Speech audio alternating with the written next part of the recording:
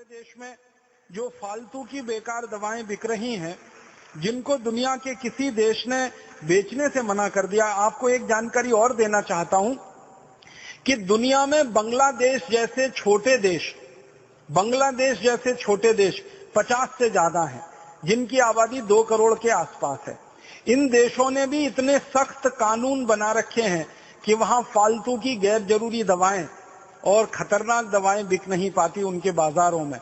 मुझे बहुत अफसोस है और दुख है ये कहते हुए कि जिन दवाओं को बांग्लादेश की सरकार ने भी बंद करा दिया है अपने बाजार में, वो दवाओं को भारत की सरकार बंद नहीं करा पा रही है अपने बाजार।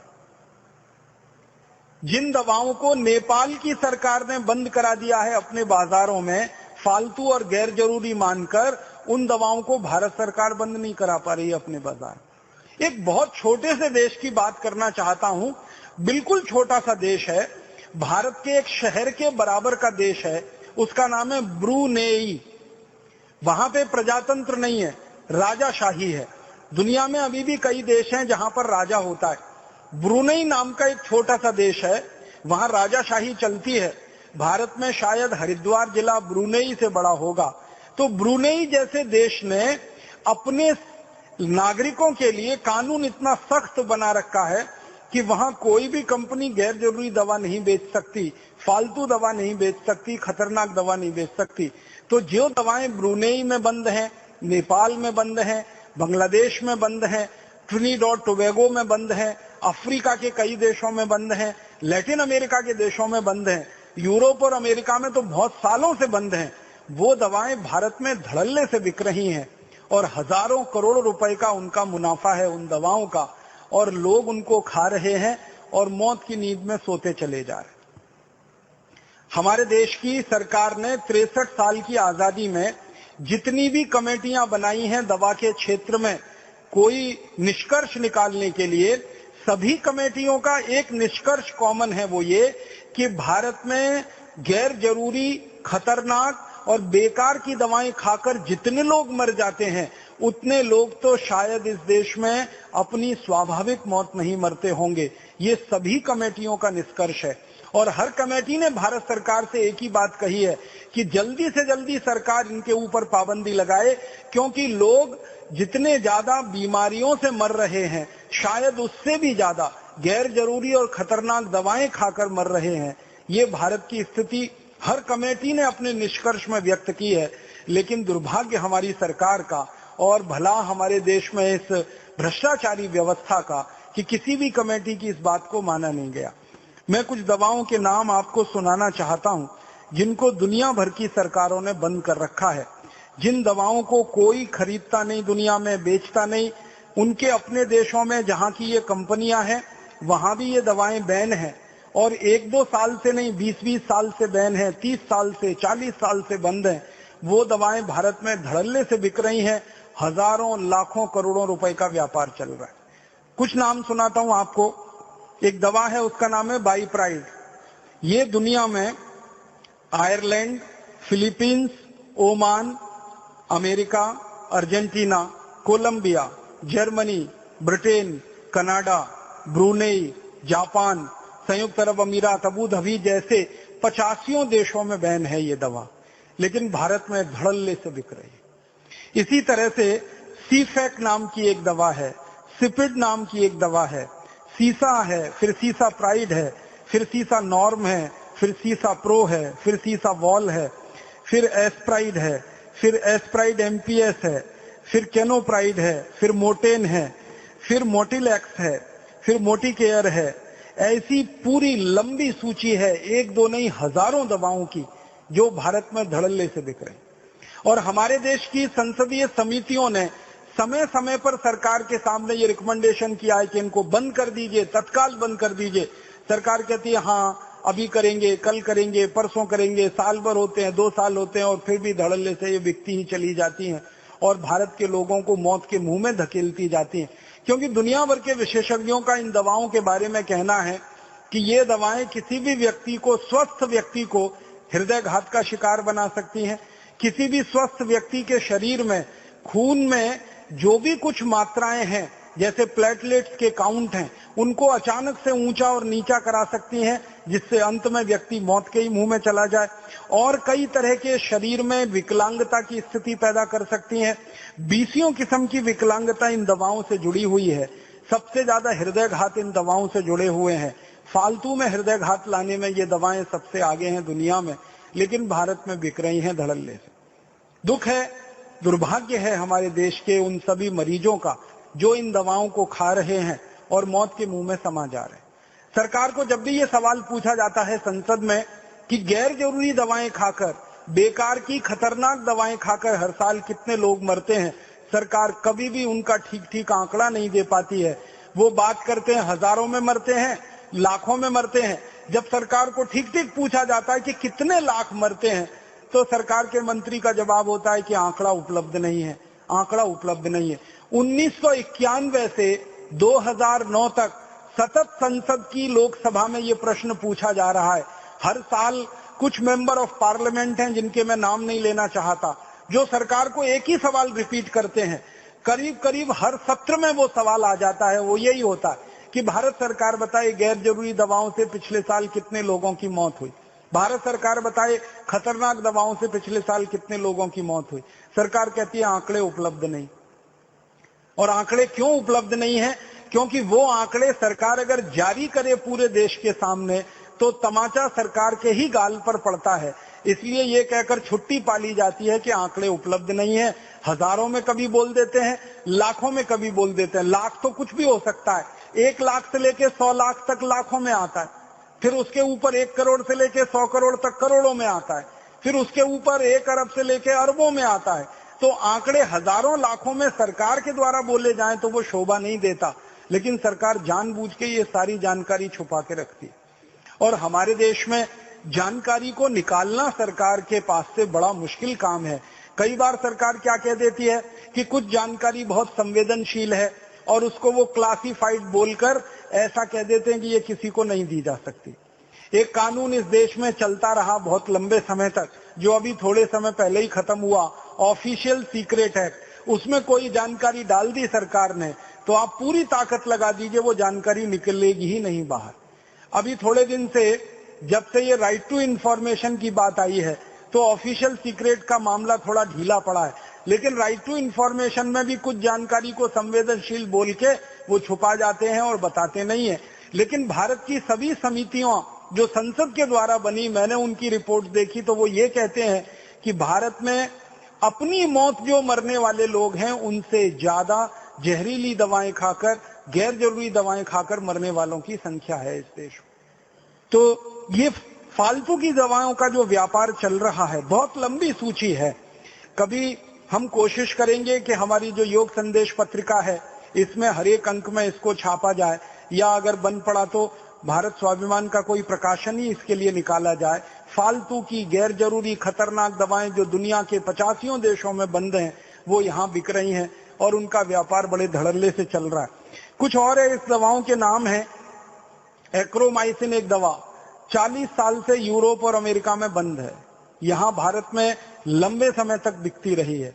फिर कभी बंद हुई सरकार के दबाव में तो दूसरे नाम से शुरू हो गई, फिर दूसरे नाम पर बैन कराया, तीसरे नाम से शुरू हो गई, तीसरे नाम पर बैन कराया, चौथे नाम से शुरू हो गई।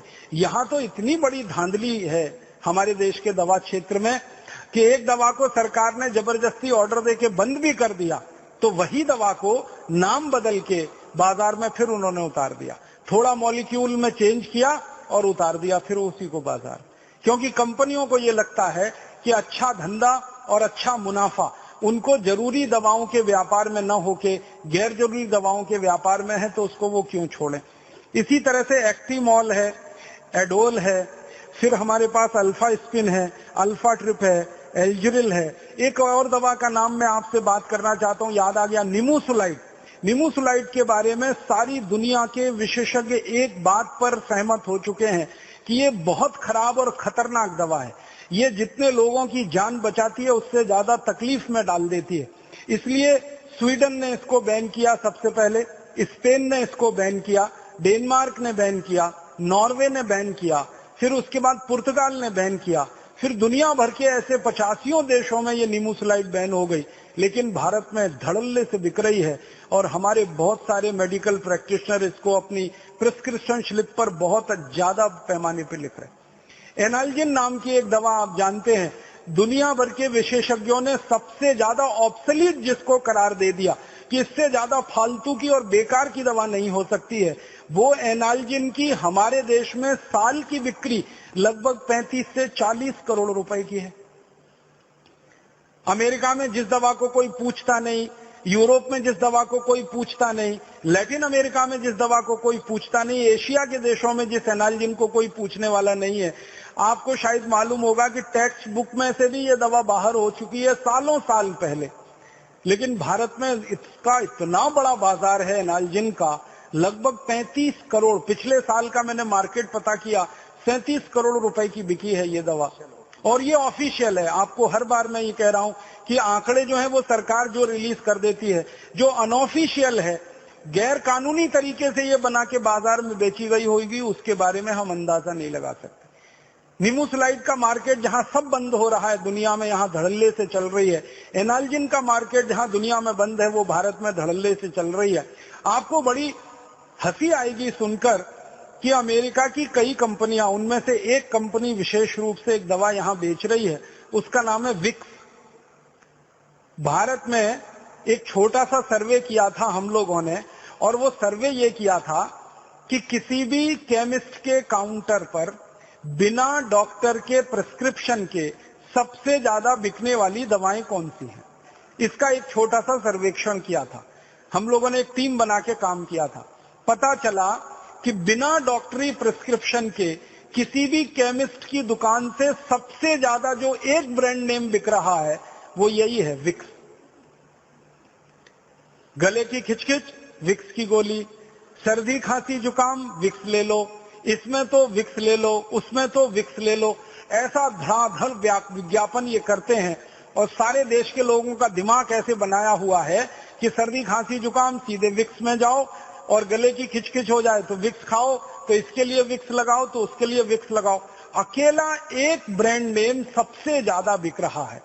फिर मैंने और हमारी टीम ने ये जानने की कोशिश की कि अच्छा पता लगाओ, ये जो विक्स का ब्रांड नेम है जिसको एक अमेरिकन कंपनी भारत में बेच रही है, उस कंपनी का नाम है प्रॉक्टर एंड गैम्बल।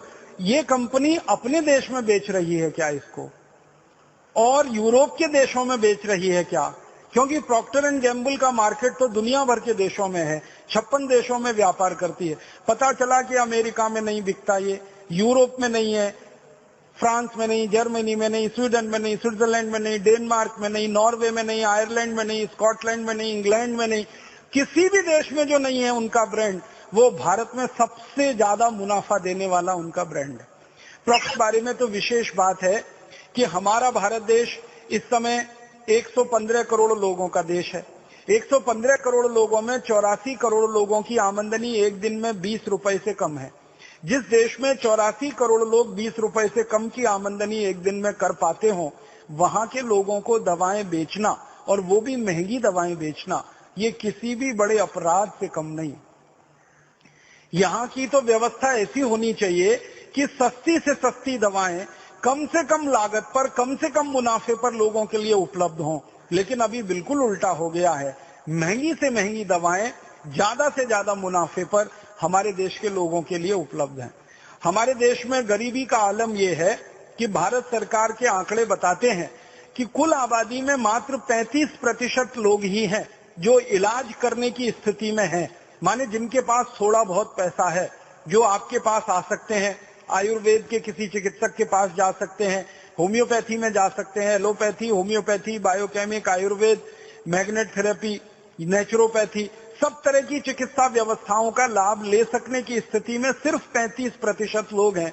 65% लोग तो अभी भी अपनी बीमारी की स्थिति में किसी ओझा के पास जाते हैं, कोई झाड़ फूक करने वाले के पास जाते हैं, और आप जानते हैं उसका दुष्परिणाम क्या होता है। वो ओझाओं के पास जा रहे हैं, झाड़ फूक करने वालों के पास 65% लोग जा रहे हैं, तो इसके पीछे उनकी श्रद्धा और विश्वास का मामला नहीं है, मजबूरी का मामला है। क्योंकि उनके पास दवा खरीदने के लिए और किसी चिकित्सक के पास जाने के लिए उतने पैसे नहीं है। और दवा व्यवसाय में मुनाफाखोरी, कॉमर्शलाइजेशन इतना ज्यादा हो गया है कि कोई सस्ती दवा बाजार में उपलब्ध नहीं है। तो इन कारणों से हमारे देश का आम आदमी बहुत पिस रहा है और परेशानी में जी रहा है। जरूरत की दवाएं 450 और फॉर्मुलेशंस बिक रहे हैं 84,000। आप अंदाजा लगा सकते हैं कितने बड़े पैमाने पर यह गोरख धंधा चल रहा है। हमारे देश में समय समय पर सरकारों की तरफ से अलग अलग बार संसद में बयान दिए गए। संसद के दबाव में आकर समय समय पर सब कमेटीज बनाई गई, स्टैंडिंग कमेटीज बनाई गई, स्टीयरिंग कमेटीज बनाई गई इस विषय पर सरकार के द्वारा जांच करने के लिए, और हर बार नतीजा उसका शून्य ही निकला। कई बार संसद में यह हंगामा हुआ है कि भारत में इतनी गैर जरूरी और बेकार की दवाएं क्यों बिक रही हैं। तुरंत सरकार एक कमेटी बना देती है, वो स्टैंडिंग कमेटी हो सकती है, स्टीयरिंग कमेटी हो सकती है, 2-4 साल वो रिसर्च करती है।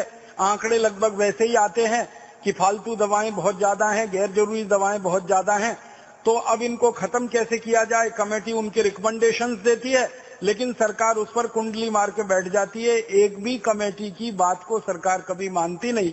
कारण क्या है कि जो गैर जरूरी दवाओं को बनाकर बेच रहे हैं उनके भारत सरकार के मंत्री और अधिकारियों के साथ बड़े गहरे रिश्ते हैं, क्योंकि ये बिना उसके संभव नहीं।